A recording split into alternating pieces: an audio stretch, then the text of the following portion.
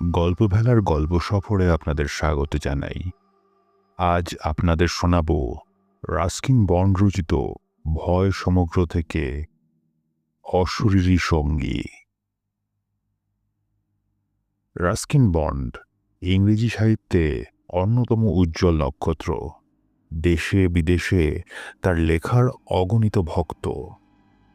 Ruskin বন্ডের ভৌতিক, অলৌকিক ও অতিপ্রাকৃতিক গল্পগুলি সাধারণত আমাদের চেনা ছকের গল্পের পরিসীমাকে অনেকটাই ছাড়িয়ে যায়। শুরু হচ্ছে আজকের গল্প, অশরীরী সঙ্গী।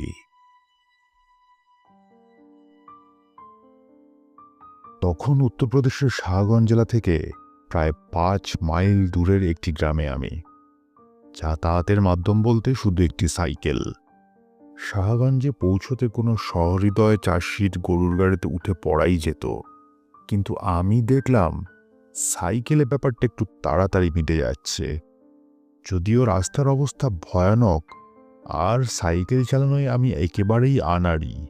আমি প্রায় প্রতিদিনই শাহগঞ্জে যেতাম, চিঠিগুলো সংগ্রহ করতাম, একটা খবরের কাগজ কিনতাম, কাপের পর কাপ গরম চা খেতে খেতে দোকানদারদের সঙ্গে জমিয়ে আড্ডা। এই ছিল আমার রুটিন। তারপর সন্ধ্যে 6টার দিকে শান্ত নির্জন বনের পথ ধরে ফেরা। শীতকালে সন্ধ্যে 6টা মানেই অন্ধকারে ডুবে যেত চারদিক। তখন সাইকেলের সঙ্গে একটা লণ্ঠন বেঁধে নিতাম। এরকম এক সন্ধ্যায় আমি তখন গ্রামের দিকে প্রায় অর্ধেক রাস্তা পার হয়ে এসেছি। হঠাৎ দেখলাম পথ রোধ করে রাস্তার ঠিক মাঝে দাঁড়িয়ে একটি ছেলে। আশ্চর্য, দিনের এই সময় বনের মধ্যে কোনো বাচ্চা ছেলের থাকার তো কথা নয়। এখানে নেকড়ে, হায়না হামেশাই ঘুরে বেড়ায়। আমি সাইকেল থেকে নেমে ছেলেটির দিকে এগিয়ে গেলাম, কিন্তু ছেলেটি যেন আমায় দেখেও দেখল না। একা একা এখানে কি করছো তুমি? আমি জিজ্ঞেস করলাম। অপেক্ষা করছি। আমার দিকে না তাকিয়েই সে উত্তর দিল। কাদের জন্য অপেক্ষা করছো? তোমার বাবা মা? না, আমার বোন। আচ্ছা, আসার পথে তাকে দেখিনি কিন্তু, আমি বললাম। তবে হয়তো তোমার থেকে অনেকটা এগিয়ে গেছে। ভালো হয় তুমি আমার সঙ্গে এসো, আমরা খুব তাড়াতাড়ি তাকে পেয়ে যাব। ছেলেটি ঘাড় নেড়ে নিঃশব্দে আমার সামনে সাইকেলের রডে বসে পড়ল। সে কেমন দেখতে ছিল বলতে পারবো না। ইতিমধ্যেই অন্ধকার নেমে এসেছিল, আর ছেলেটা সবসময় আমার থেকে মুখ ঘুরিয়েছিল। আমাদের উল্টো দিক থেকে বাতাস বইছিল, আর যত সাইকেল চালাচ্ছি ততই ঠান্ডা হাওয়ায় সারা গায়ে কাঁপুনি দিচ্ছিল। কিন্তু কি আশ্চর্য, ছেলেটি দিব্যি বসে। মনে হচ্ছিল ঠান্ডার কোনো অনুভূতিই নেই ওর।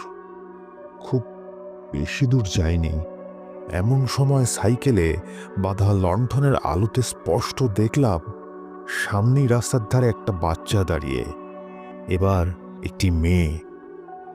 ছেলেটির থেকে বয়সে একটু বড়, মাথায় লম্বা চুল বাতাসের ঝাপটায় এলোমেলো হয়ে সারা মুখ ঢেকে গেছে। এই যে তোমার বোন, ওকে আমাদের সঙ্গেই নিয়ে চলো, আমি বললাম। মেয়েটি আমার হাসির উত্তরে কিছুই বলল না, শুধু গম্ভীর মুখে মাথা নাড়িয়ে আমার সাইকেলের কেরিয়ারে উঠে বসল। আমি আবার প্যাডেল শুরু করলাম। আমি আলাপ জমাতে ওদের কিছু কিছু প্রশ্ন করছিলাম, কিন্তু ওরা দু একটি শব্দে সব উত্তর দিচ্ছিল।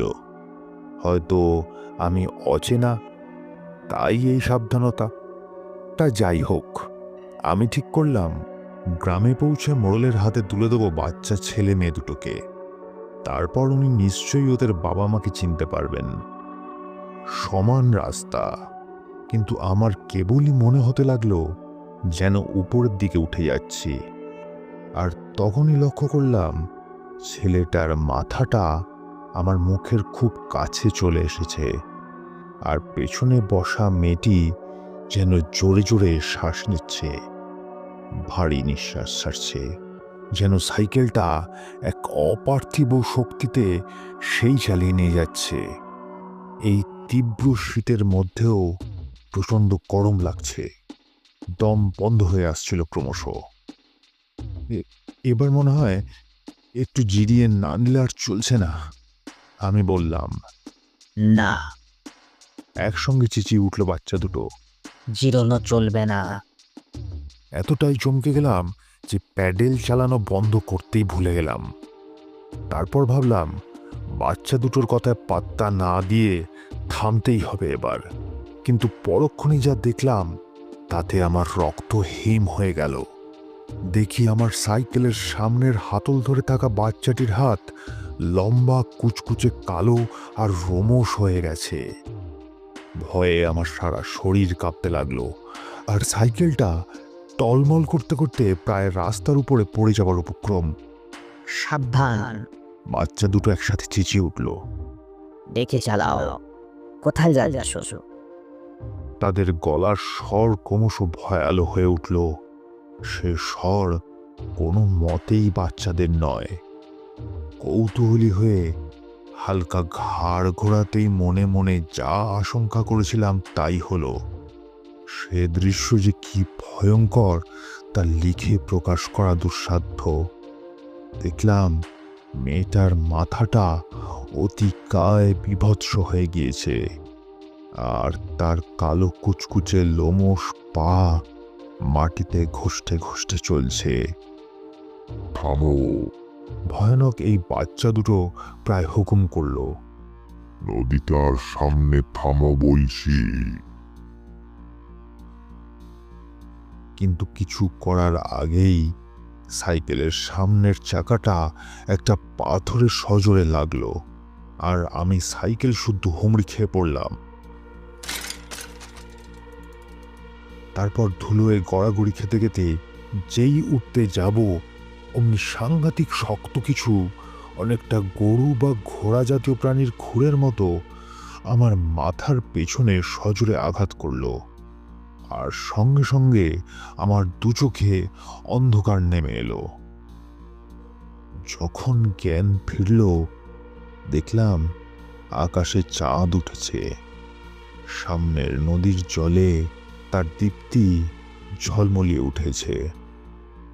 বাচ্চা দুটোকে আর দেখা যাচ্ছে না আশেপাশে।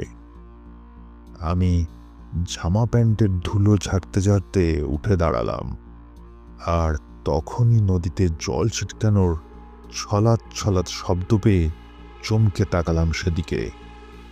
চাঁদের আলোয় স্পষ্ট দেখলাম দুটি ছোট ছোট মোষ কাদা মাখা জলে দাঁড়িয়ে আমার দিকে জুলজুল করে চেয়ে আছে।